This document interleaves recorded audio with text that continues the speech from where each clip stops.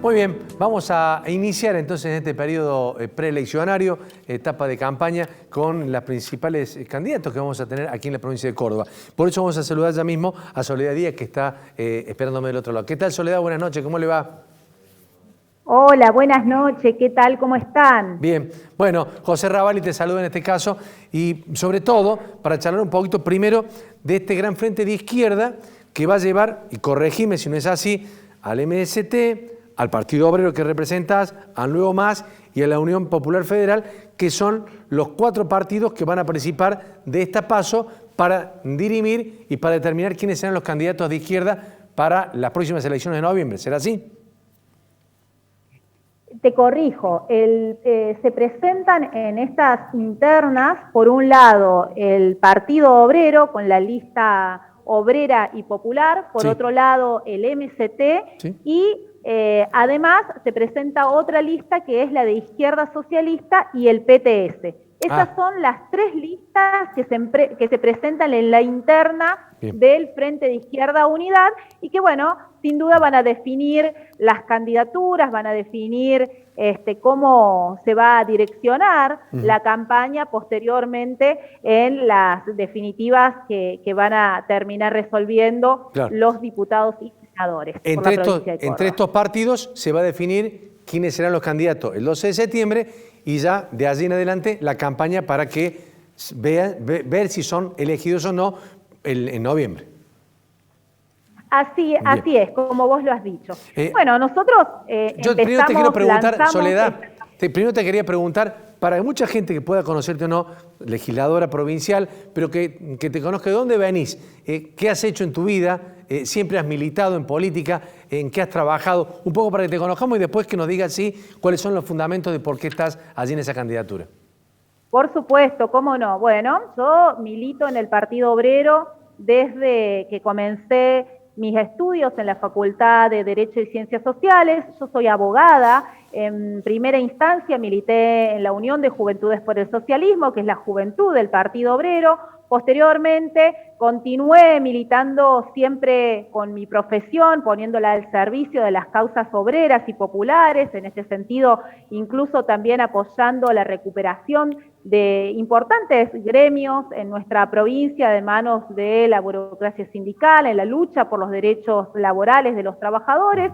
Incluso, bueno, quiero remarcar que nuestra lista hoy está integrada por trabajadores que integran el sindicato de Jesús María, el CITRAM de municipales, que es un sindicato recuperado. Por otro lado, el sindicato del neumático, del SUBNA, que también es otro sindicato recuperado y que, bueno, nos llena de orgullo que trabajadores de estos gremios integren nuestras listas. Posteriormente fui elegida en el año 2019 como legisladora provincial del Frente de Izquierda, en el que, bueno, me desempeñé siempre colocando la banca del Frente de Izquierda al servicio de reforzar las luchas que se dieron curso en nuestra provincia. Bueno, tuvimos una destacada participación en la defensa de la lucha que se desarrolló en los barrios por el acceso a la vivienda, que es uno de los problemas centrales, que incluso nosotros lo ponemos como un eje en nuestra campaña electoral, porque en la provincia de Córdoba tenemos un déficit habitacional de 350.000 familias, no es poco. Lejos de ponerle un tinte de marginalidad a la situación que enfrentan las familias que deciden ocupar tierras, hoy tenemos un escenario de despidos, de desempleo, de salarios que no llegan a la inflación y que se hace imposible pagar un alquiler, y lo que ya hoy puede decirse se trata de una catástrofe social. En ese sentido, bueno, la defensa del derecho constitucional a la vivienda digna es uno de nuestros ejes. Bueno, en noviembre del 2019, cuando me presenté en la ocupación de Estación Ferreira para evitar una brutal represión que se estaba desarrollando contra los vecinos, más de 100 familias que estaban ocupando un predio, finalmente terminé encarcelada junto al abogado de la organización Obrero. Sí, recuerdo mucho esa instancia donde vos y algunos otros participantes de tu propio partido terminaron detenidos por algunas horas, no sé si fue un día o unas horas, ¿no? Sí, lamentablemente hay que recordarlo como un hecho lesivo de los derechos que tienen las familias pobres a una defensa. Yo estaba cumpliendo mis funciones como legisladora era mi deber estar en ese lugar. De igual modo, el abogado de la organización Polo Obrero, Jorge Navarro, que estuvimos en ese lugar y que lamentablemente, lejos de poder entrevistarnos con el fiscal o el jefe del operativo policial, terminamos siendo violentados, reprimidos, y con esto también una segunda violencia contra esas familias que ya de por sí estaban sufriendo un desalojo ilegal, irregular, con muchas situaciones de violencia y de represión. Soledad, ¿qué es lo que pretenden si llegás a ser candidata y si llegás al Parlamento Nacional? ¿Qué es lo que pretendes para Córdoba? Bueno, ahí es donde están nuestros ejes, no solo de campaña, sino por los cuales nosotros luchamos todo el año desde el Partido Obrero. Yo algunas cuestiones ya las adelanté. Para nosotros es central en un escenario en el que ha crecido el desempleo, ha crecido la confiscación de los salarios y de las jubilaciones, colocar en primer lugar la defensa de los ingresos de los trabajadores. En ese sentido es que nosotros hemos levantado un programa que plantea en primer lugar la prohibición de despidos y suspensiones, un seguro al desocupado de 40.000 pesos que pueda paliar un poco la situación de hambre y de carestía que hoy se vive a nivel nacional. Estamos hablando de más del 50% de la población por debajo de la línea de la pobreza, el 13% por debajo de la línea de la indigencia. La juventud y la niñez y las adolescencias son las más alcanzadas por esta situación. Bueno, un escenario muy particular lo estamos viendo.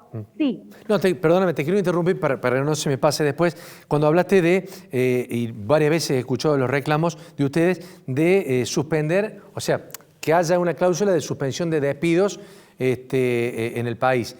Pero ¿cómo hace, pregunto yo, cómo hace una pyme que vos bien sabés cómo está atosigada con impuestos, atosigada con cuestiones que van acorralando a una pyme que poco produce por las circunstancias económicas, y que pueda seguir sosteniendo esa empresa con 4, 5, 6 empleados si no tiene cómo hacerlo? Parece difícil sostener esto, ¿no? Muy buena pregunta la que haces. El año pasado el Gobierno Nacional lanzó un decreto de necesidad de urgencia que planteó justamente la suspensión de los despidos. Sí. Lamentablemente, todos fuimos testigos de cómo las empleadoras, las grandes patronales, sí, avanzaron de todas formas en los despidos, en los recortes salariales, sí, y una situación que realmente se transformó en una catástrofe social. Hoy lo que nosotros estamos planteando es muy sencillo. Si tenemos un escenario de pymes, pequeñas empresas, cuentapropistas, porque también está la situación del que tiene un almacén y tiene un empleado, sí, 2 empleados, que la verdad es que se le hace muy difícil. Bueno, lo que nosotros planteamos es que no puede dirigirse la política para todos los sectores de la misma manera. Nosotros lo que planteamos es que justamente se abran los libros de las empresas y que se demuestre efectivamente la situación económica en la que están para poder en concreto resolver a quién le corresponde y a quién no le corresponde, ajá, los subsidios como las AETP y demás.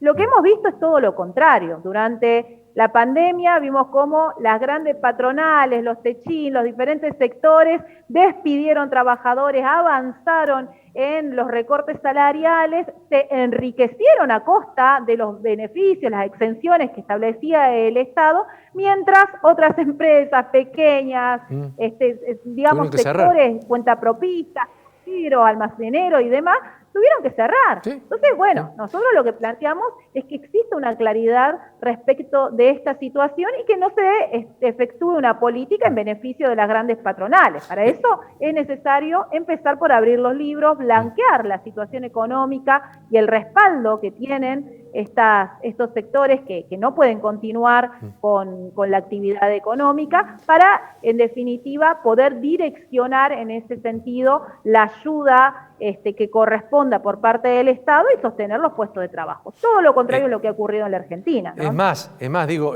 si nos ponemos a ver en las noticias de hoy, está hablando la AFIP que está tratando de buscar a 2.000 empresas que con los ATP compraron dólares, empresas grandes, ¿no? Entonces, obviamente que allí hubo una distorsión para lo que estaba destinado ese ATP, que era para ayudar a los sueldos privados. Sin embargo, en estos casos, según dice la AFIP, habrá que corroborarlo, se han llevado los dólares, se han comprado dólares.